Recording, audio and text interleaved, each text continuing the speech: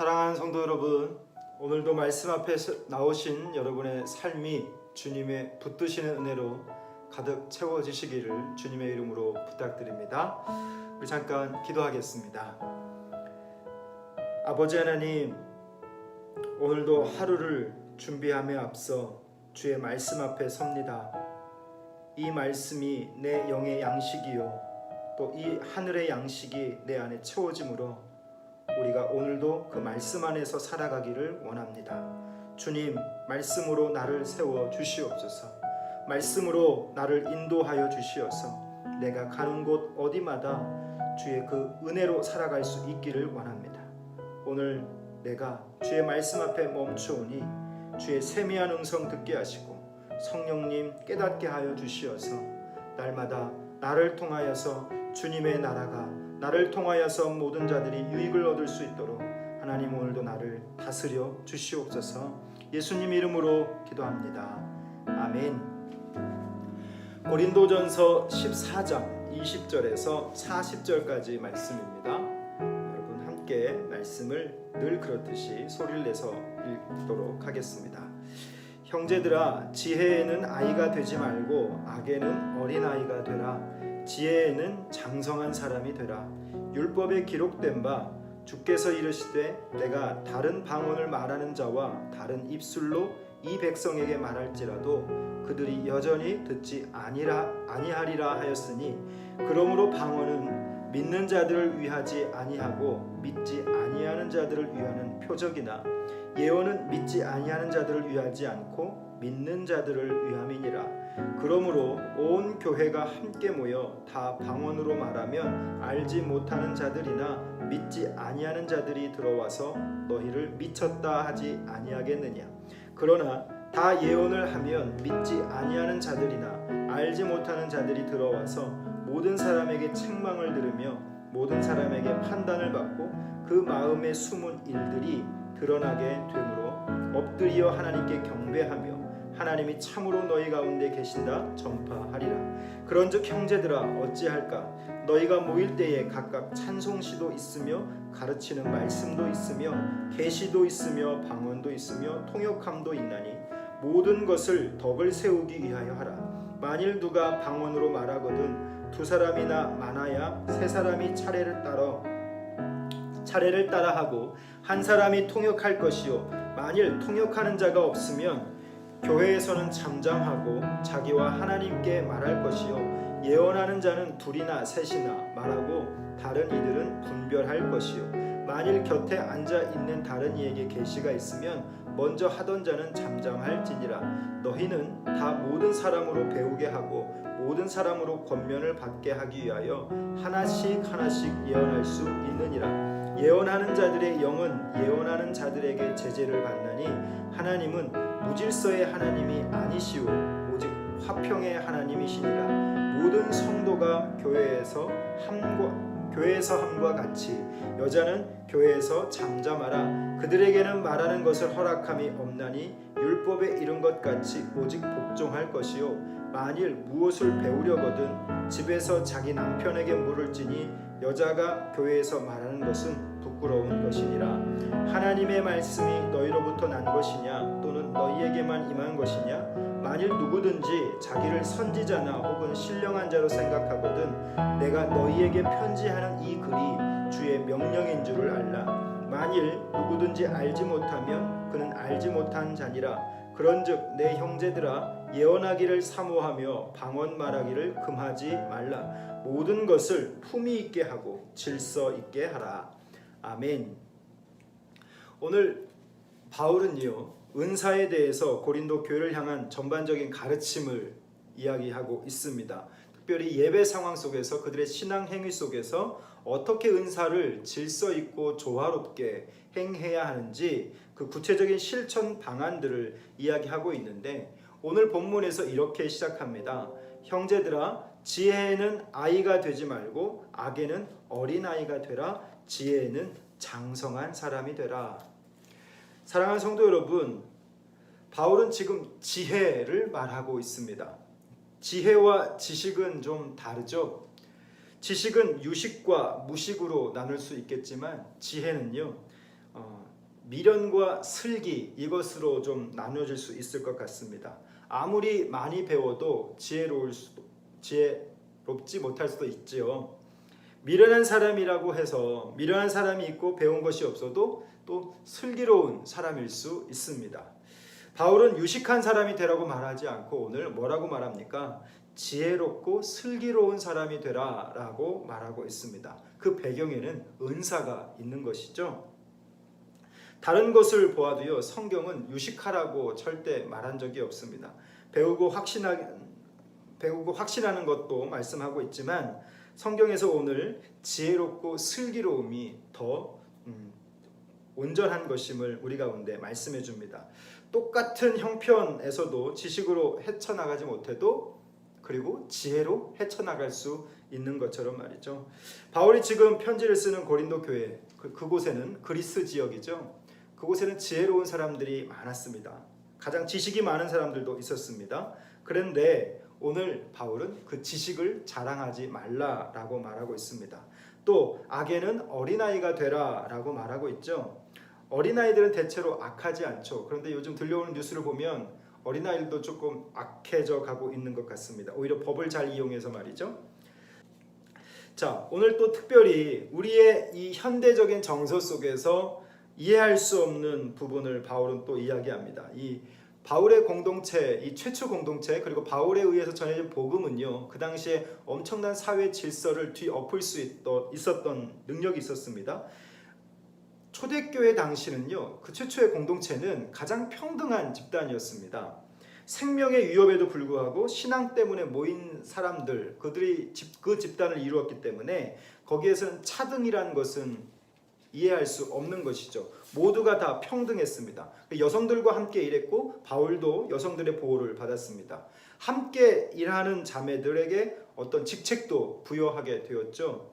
그것만으로 봐서도 바울은 여성 혐오를 가지고 있는 것은 아닙니다. 오늘 여성들이 잠잠하기를, 교회 안에서 잠잠하기를 이야기하고 있죠. 그런데 시간이 조금 지나가면서 학자들은 말하기를 세월이 흘러서 교회에 남성 임원들이 대거 출연하게 되어지고 또 여성들의 어떤 그 이야기도 나타나면서 평등주의가 깨졌다라고 이야기합니다. 그래서 여자는 교회에서 잠잠하라 이 말이 나왔다라고도 이야기하는데요. 가장 중요한 것은 이것을 문자적으로 해석하는 것이 아니라 특수적인 상황 속에서 이 본문을 봐야 한다라고 하는 것입니다.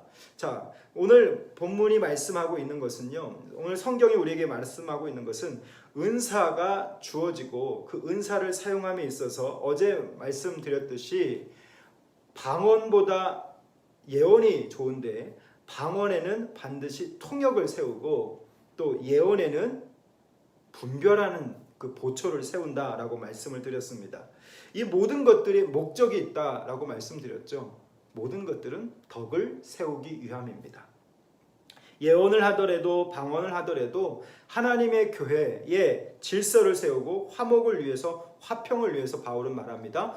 질서를 따라서 화평하도록. 화평은 뭡니까? 피스메이커예요.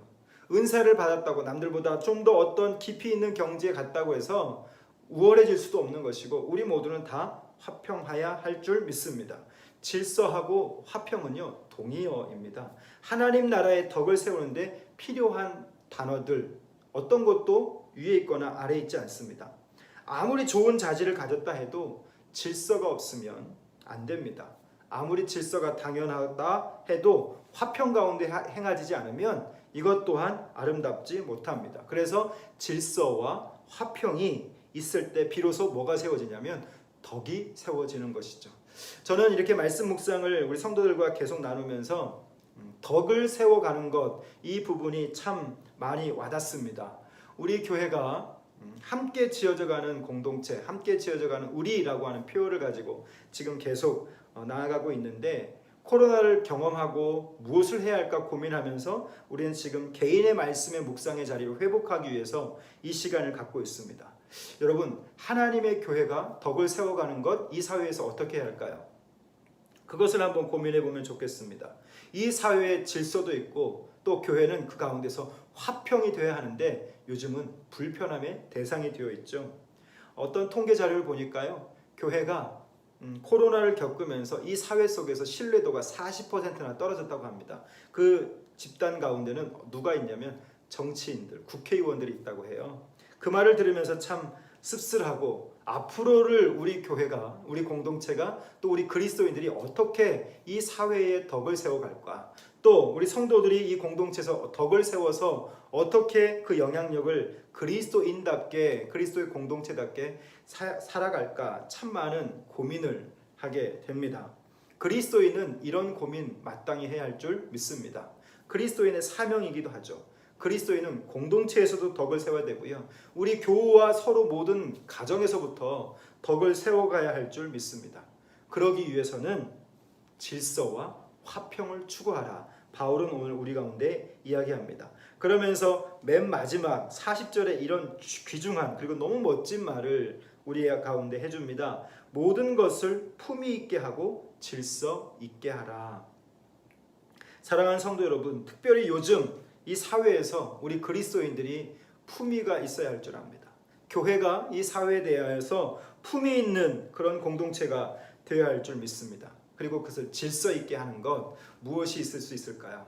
오늘 우리 성도님들이 사회로 나가실 텐데 그 여러분의 일상에서 어떻게 품위 있는 그리스도인, 어떻게 질서 있게 나아갈 수 있을까요? 여러분 그것을 한번 구체적으로 생각해 보시고 여러분의 직장에서, 여러분의 가정에서, 또 여러분의 그 어떤 현장에서든 여러분의 품위를 한번 나타내 보는 목표를 설정해 보면 좋을 것 같습니다. 오늘도 하루가 밝았습니다. 뜨겁고 무더운 날씨, 짜증이 날 수 있습니다. 남성분들은 오늘 이 말씀 따라서 어디에서든 품위 있게 사시기를 바랍니다. 질서 있게 살아가시기를 바랍니다. 우리 여성분들은 우아하고 아름답게 살아가시기를 바랍니다. 그리고요, 품위 있고 질서 있다라고 하는 것을 저 개인적으로 생각해 보니까요, 마스크를 써야 할 자리에서 반드시 쓰십시오. 이것도 이 사회의 질서에 우리가 반드시 함께 해야 할 덕목일 것입니다. 이것이 사회에서 품위 있는 질서 있는 행동의 하나의 모델일 거고요. 오늘 여러분도 여러분의 삶의 자리에서 품위 있게 아름답게 어떻게 나는 덕을 세워갈 것인가, 또 우리 공동체 안에서 지금은 모이는 것이 많이 위축되어 있고 어려워져 있지만 내가 어떻게 내게 주신 그 은사를 따라서 이 주님이 세우신 공동체 가운데 아름다운 덕을 세워갈 것인가, 그 지혜가 오늘 채워질 수 있기를 주님의 이름으로 부탁드립니다. 오늘 하루 여러분 품위 있으십시오. 그리고 질서 있으십시오. 여성분들은 우아하시고 아름다워지시기를 바랍니다. 오늘 하루 여러분 이 말씀 안에서 하나님이 주시는 그 은혜가 여러분을 지배하는 귀한 날 될 수 있기를 바랍니다. 기도하겠습니다.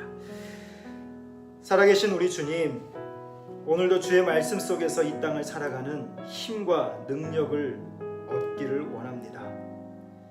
진리를 우리가 전하기에는 부족하지만 우리 가운데 진리를 가르쳐 주시고 그 진리로 나아갈 길을 깨닫게 해주시니 감사합니다. 깨달음에 그치지 않게 하시고 주와 함께 내게 살게 하시는 그 길을 지혜롭게 걷는 자 되게 하여 주시옵소서.